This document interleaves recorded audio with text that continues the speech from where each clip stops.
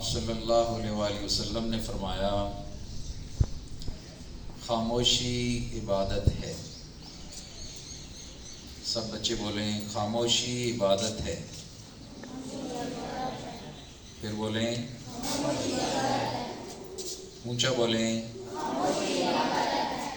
پھر بولیں۔ یہ حدیث ہے۔ حدیث وہ بات ہوتی ہے کہ جو ہمارے نبی حضرت محمد صلی اللہ علیہ وآلہ وسلم اپنی امت کے لیے بتاتے ہیں۔ تو یہ آپ کی حدیث ہے کہ خاموشی عبادت ہے۔ اب آپ دیکھیں، نماز عبادت ہے، روزہ عبادت ہے، حج عبادت ہے، زکوٰۃ عبادت ہے۔ ہر چیز میں آپ کو کچھ نہ کچھ کرنا پڑتا ہے، یا پیسے لگانے پڑتے ہیں، یا آپ کو کوئی نہ کوئی کام کرنا پڑتا ہے، کوشش کرنا پڑتی ہے۔ لیکن خاموشی میں کیا ہے؟ کچھ بھی نہیں ہے۔ آپ صلی اللہ علیہ وآلہ وسلم نے فرمایا کہ خاموشی عبادت ہے۔ اب ہم لوگ اگر دیکھیں، ہم میں سے بہت کم لوگ ایسے ہیں کہ جو خاموش رہتے ہیں۔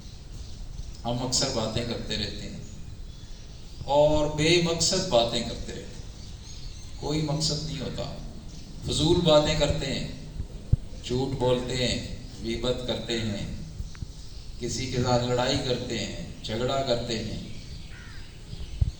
جو آدمی جتنا خاموش رہتا ہے، ایک تو عبادت ہے، ثواب ہے، اور دوسرا بہت ساری برائیوں سے آپ بچ جاتے ہیں، گناہوں سے بچ جاتے ہیں۔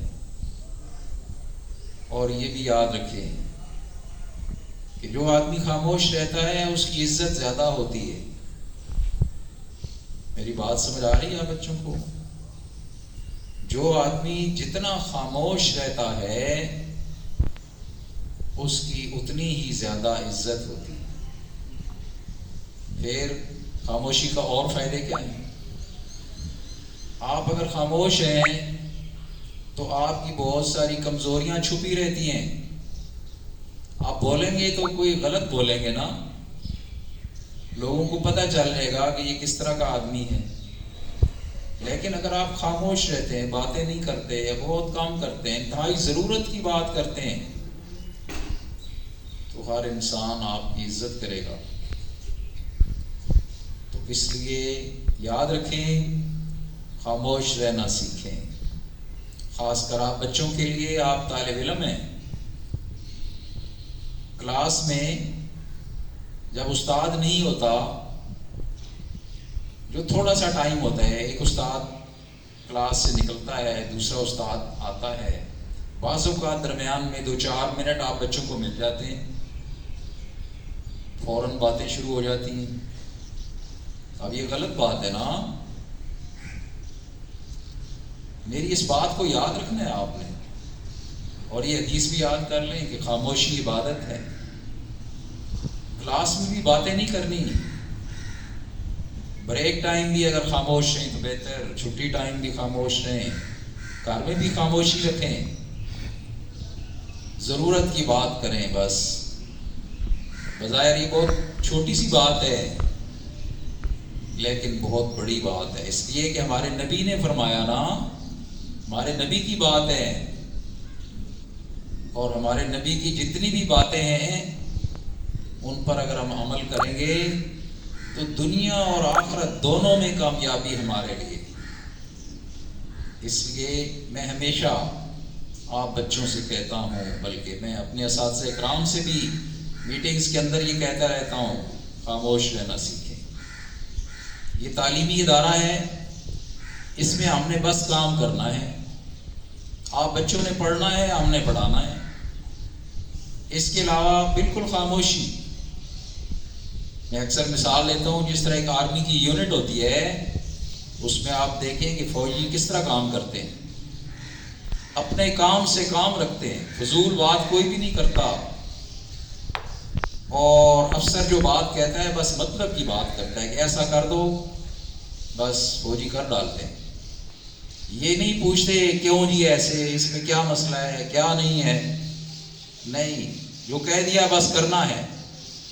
ہر آدمی اپنے کام سے کام رکھتا ہے۔ تو دراصل یہ ساری باتیں ہم نے اپنے دین سے سیکھی ہیں، اپنے نبی سے سیکھی ہیں، اس لیے ہم نے اپنے اس تعلیمی ادارے کے ماحول کو آپ بچوں نے یاد رکھنا ہے، ہم اساتذہ کرام نے بھی یاد رکھنا ہے۔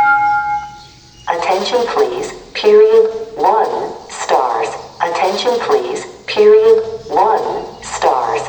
ہم نے خاموشی سے کام کرنا ہے، ہر طالب علم نے، ہر استاد نے، ہر اہلکار نے، ہر ملازم نے، ہر بندے نے خاموشی کے ساتھ اپنا اپنا کام کرنا ہے۔ بس دوسرے کے کاموں سے غرض مت رکھیں، دوسروں کی طرف مت دیکھیں، دوسرا کیا کر رہا ہے کیا نہیں کر رہا۔ اپنی اپنی کلاسز میں بھی ہر بچہ اپنے کام سے کام رکھے، ہر استاد اپنے کام سے کام رکھے، ہر بندہ اپنے کام میں مگن ہو خاموشی کے ساتھ۔ اور اس خاموش ماحول کے اندر ہم یہ تعلیم اگر جاری رکھیں گے تو انشاءاللہ آپ دیکھیں گے کہ ہمارا تعلیمی معیار کہاں تک پہنچتا ہے، ہمارا نظم و ضبط کہاں تک پہنچتا ہے۔ میں چاہتا ہوں کہ ہم اپنے نظم و ضبط کو بھی اور اپنے معیار کو بھی انتہائی معیاری سطح تک پہنچائیں، اور یہ تبھی ممکن ہے کہ جب ہم اپنے نبی کے اس فرمان پر مکمل طور پر عمل کریں، خاموشی عبادت ہے۔ تو آج کا ہمارا سبق